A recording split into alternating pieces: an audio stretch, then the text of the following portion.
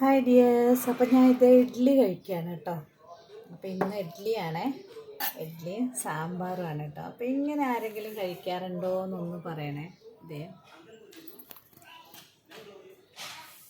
അപ്പോൾ ഇതേ ഇഡ്ഡലി ഇത് ഇന്നിപ്പോൾ ചെറിയ ഇഡ്ഡലിയാണ് കേട്ടോ. അപ്പോൾ അത് കാരണം 2 ഇഡ്ഡലി എടുത്തു. എനിക്ക് ഒട്ടും ഇഷ്ടമില്ലാത്തൊരു ഐറ്റമാണ് ഇത്. മോൻ പൊട്ടിച്ച് വെച്ചതിൻ്റെ ഒരു ബാക്കിയാണ്.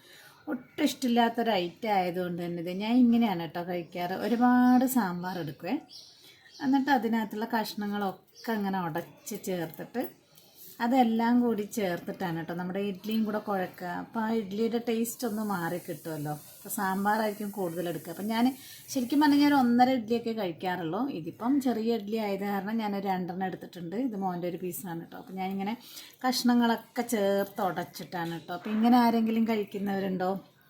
എനിക്ക് ഒട്ടും ഇഷ്ടമില്ല കേട്ടോ ഇഡ്ഡലി കഴിക്കാൻ വേണ്ടിയിട്ട്. അപ്പം ഞാനിങ്ങനെയാണേ കഴിക്കുക.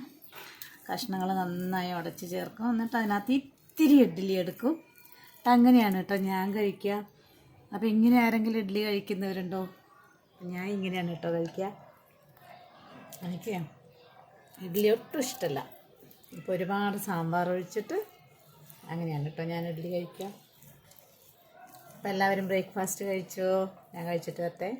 അപ്പോൾ എല്ലാവർക്കും നല്ലൊരു ദിവസം ആശംസിക്കുന്നു.